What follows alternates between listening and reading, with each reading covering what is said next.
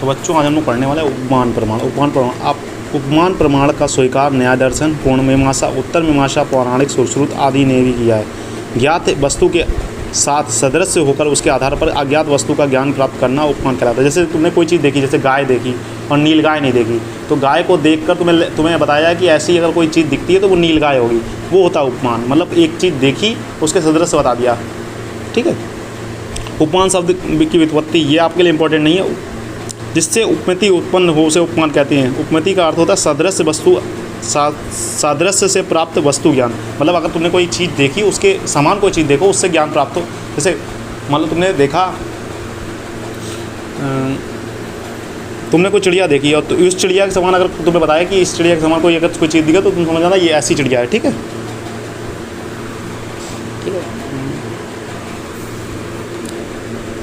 अब हम लोग इसका मतलब हमारे डिसीज़ के फॉर्म में पढ़ते हैं, ठीक है। जैसे दंड को दंडक रोग का ज्ञान होना। दंडक रोग में शरीर दंड के समान सीधा अकड़ कर स्तब्ध हो जाता है। इसी तरह धनुष को देखकर धनु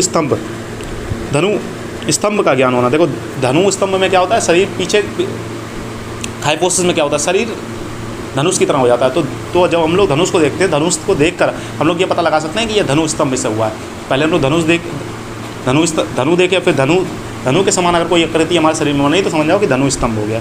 उपमान के भेद देखो, इसमें सबसे ज़्यादा इंपॉर्टेंट चीज़ है उपमान के भेद हैं इंपॉर्टेंट। उपमान के 3 भेद होते हैं, सधर्म उपमान, वैधर्म उपमान, धर्म मात्र उपमान। सधर्म उपमान क्या होता है, मतलब जैसी चीज़ देखो वैसा ही कंपेयर कर लो। जैसे कि तुमने गाय देखी, गाय को नील गाय से कंपेयर कर लिया, ठीक है, वो सधर्म उपमान। इसके अंतर्गत किसी वस्तु के आधार पर किसी अज्ञात वस्तु का ज्ञान प्राप्त कर लेते हैं। जैसे कोई व्यक्ति गाय को नहीं जानता है किंतु वो गौ को देख लेता है, उसके विषय में ज्ञान प्राप्त कर लेता है। इसके बाद अन्य कहीं वैसे ही पशु देख लेता है तो वह समझ लेता है कि यह गाय ही है, तो यह सधर्मोपमान है। जैसे मतलब किसी ने गाय नहीं देखी, किसी ने नील गाय नहीं देखी, हमने भी नहीं देखी है, लेकिन गाय तो देखी है ना। तो गाय को जैसे अपने गाय देखी है, तो गाय अगर अपने देखी है और अगर हम जंगल में गए, जंगल में गाय हमें मिल गई तो समझ जाएंगे हम लोग ये नील गाय है, ठीक है। वैधर्म उपमान क्या होता है, किसी वस्तु की विषमता के आधार पर किसी वस्तु का ज्ञान प्राप्त करना, किसी असाधारण लक्षण के आधार पर ज्ञान प्राप्त करते हैं, उसे वैधर्म उपमान कहते हैं। वैधर्म मतलब क्या होता है, मतलब तुमने कोई चीज़ देखी, जैसे भैंस देखी है, भैंस में तुमने बता दी कि अगर इसमें ये जैसे कान, भैंस में अगर कान लंबे कर दिया है, इसका शरीर मोटा कर दिया, इसके पैर मोटे कर दिया तो ये हाथी हो जाएगी। अब हाथी और भैंस में बहुत अंतर है ना, इसे वैधर्म उपमान कहते हैं। इसे मतलब किसी एनिमल को तुमने लिया, उसकी अलग स्पेसिफिकेशन बताएं कि इसमें अगर इतना और चीज़ें बढ़ा दी हैं तो ये वाला एनिमल हो जाएगा, ठीक है, वो वैधर्म उपमान होता है। जैसे यदि किसी व्यक्ति ने हाथी नहीं देखा है किंतु भैंस देखा है, इस आधार पर उसे समझाया जाए कि दांतों में दोनों में क्या अंतर है। अतः इन्हीं असमानताओं के आधार पर जब हाथी देखता है तो वह पहचान लेता है इस ज्ञान के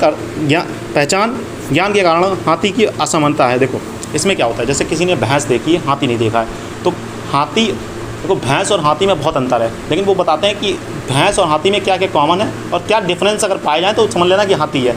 अगर आदमी ने भैंस देखी है, हाथी नहीं देखा है, तो बता दिया कि जिसके लंबे लंबे कान हो, छोटी सी पूँछ हो, शरीर बहुत बड़ा हो और पैर मोटे हों, ठीक है। अगर ऐसी चीज़ें मिलें तो वो समझ जाना हाथी है। बाकी सब कुछ सेम हो, आँखें भी दो होंगी, कान वगैरह भी होंगे, सब कुछ ऐसे भैंस जैसा होगा, लेकिन ये असामान्यताएँ हैं। असामान्यताओं के आधार पर अगर पहचानता है तो उसे वैधर्म उपमान कहते हैं, ठीक है। धर्म मात्र उपमान, यह वस्तु के ज्ञान उसकी विचित्रताओं के आधार पर किया जाता है।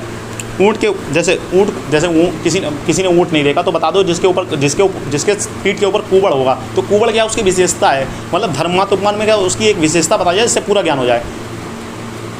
जैसे किसी ने ऊँट नहीं देखा है, ऊँट नहीं देखा तो उसमें बताया जाता है कि जिसके पेट पे कुबड़ हो उसे ऊँट, जैसे अब जाएगा वो जंगल में गया कहीं, मतलब डेजर्ट वगैरह में गया, तो उसने देखा कोई जीव है या कोई जानवर है जिसके पेट पर कुबड़, समझ जाएगा कि ये पक्का ऊँट है। जैसे बता दिया जिसके मतलब मुंह में सूंड लगी हो तो उसे हाथी कहते हैं। अब वो जाएगा जंगल में, उसने कभी हाथी नहीं देखा, मान लो कोई व्यक्ति है जिसने कभी हाथी नहीं देखा, अब वो देखेगा सूंड वाला अगर कोई जानवर देख लेगा तो समझ जाएगा कि हाथी है। ये धर्म मात्र उपमान के अंतर्गत आता है, ठीक है। समझना है चीज़ों को, रटना नहीं है।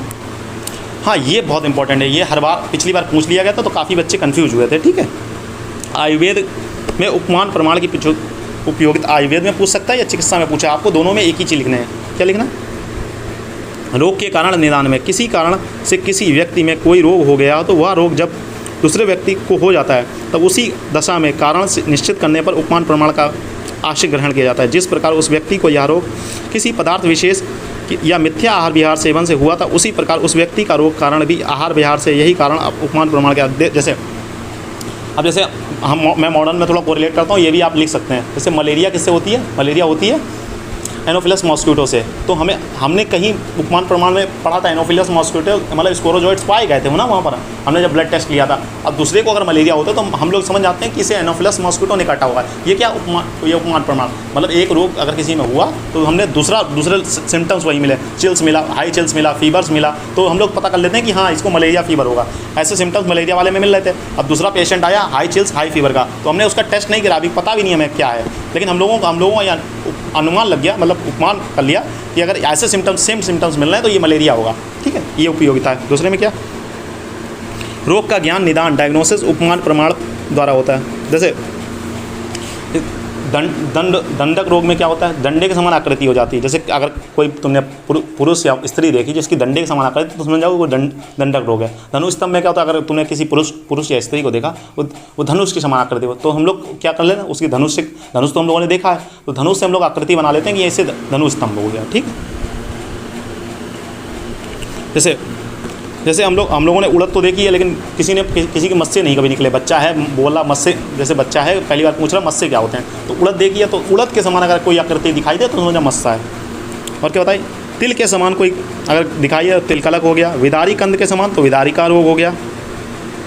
विदारिका रोग होता है डायबिटीज़ के जो वो निकलते हैं प्रेंडिकाएँ। कमलकंद के समान पानी का यानी फुंसी में पानी भरना। कमलकंद क्या होता है? कमलकंद में पानी भर जाता है। कमलकंद जो नीचे होता है फूला होता है, तो किसी ने फुंसी नहीं देखी है, बोला पोड़ा फुंसी क्या होता है, तो उसे बताओ कमल देखा होगा, कमल के नीचे जो कंद होता है तो उसके समान जो आकृति हो, तो ये उपमान है। अब इसका अनुसंधान में कैसे प्रयोग करते हैं बेटा? ये वाला इसमें पता सबसे ज़्यादा इंपॉर्टेंट क्या है? इसमें सबसे ज़्यादा इंपॉर्टेंट है उपमान प्रयोग की चिकित्सा में उपयोगिता। सीधा MCQ सीधा से पिछली बार पेपर में यही पूछा था, इसलिए काफ़ी बच्चों के नंबर काफ़ी कम आए थे और सप्ली भी इसमें सबसे ज़्यादा आई थी। ठीक है, तो इसे बहुत ध्यान से पढ़ना है आप लोगों को। ठीक है, एक तो ये पूछता है, ऊपर से अनुसंधान वाला पूछ लेता है कभी कभी। द्रव्यों का निर्धारण में उपमान प्रमाण का उपयोग मिलता है। जैसे शालपर्णी में शाल की तरह पत्तियाँ, देखो शालपर्णी में क्या होता है? शाल की तरह पत्तियाँ होंगी, तो अनुसंधान में प्रयोग करेंगे। न्याय सिद्धांत में विवेचन में भी उपमान प्रमाण का क्षीर दधि न्याय। देखो जैसे अनुसंधान में क्या करते हैं, जैसे हमने पूछा कि धातुओं का पोषण कैसे होता है, तो लोगों ने बताया क्षीर दधि न्याय, मतलब जैसे क्षीर पर से दही बनता है, जैसे क्षीर मतलब दूध से दही बनता है, उसी प्रकार नई नई धातुएं बनती रहती हैं, ऐसा बताया गया। तो हम लोगों ने उपमान प्रमाण से इस चीज़ों को जाना। ठीक है, और वही मॉडर्न में बताया गया। पहले क्या कार्बोहाइड्रेट से क्या बनता है? स्टार्च से स्टार्च हमने खाया, स्टार्च से क्या बना? कार्बोहाइड्रेट से फिर ग्लूकोज बना, ग्लूकोज फिर टूटा, फिर एनर्जी दी उसने, यही बताया ना। क्षीर से दही बनाई जैसे, और अगर मॉडर्न में से कोरिलेट करें तो कार्बोहाइड्रेट से कहीं ना कहीं कार्बोहाइड्रेट्स हमने ग्रहण किया, कार्बोहाइड्रेट से ग्लूकोज बना, ग्लूकोज, फ्रक्टोज, माल्टोज, तो ये क्या करते हैं? एनर्जी प्रोवाइड करते हैं। ठीक है, इसका हम लोग बात करने वाले हैं खले कपोत न्याय। खले जैसे कबूतर एक खेत से दाना चुन के ले जाता है, उसी प्रकार से हमारी रक्तवाहिनियाँ जो होती हैं अपने कोशिकाओं तक पोषण पहुँचाती हैं। ठीक है, उसके बाद क्या है? जिन व्याधियों का नामकरण नहीं हो सकता और जो व्याधियाँ अज्ञात हैं उनके ज्ञान के लिए सामान्यतः आधार पर उपमान प्रमाण की उपयोगिता की जाती है। जैसे कोई नई डिसीज़ हुई, जैसे कोरोना हुआ, तो कोरोना को हमने किससे कंपेयर किया था? पहले कोरोना को हम लोग कंपेयर कर रहे थे निमोनिया से, क्योंकि निमोनिया के उसमें सिम्टम्स मिल रहे थे, तो हम लोग पहले समझ रहे थे कि ये निमोनिया है, तो उपमान प्रमाण का ही सहारा लिया था हम लोगों ने। निमोनिया का ट्रीटमेंट किया, कई लोगों को फ़ायदा भी मिला। ठीक है, तो वो वहाँ पर भी उपमान प्रमाण की आवश्यकता है। ठीक है, यहाँ that's all for the day.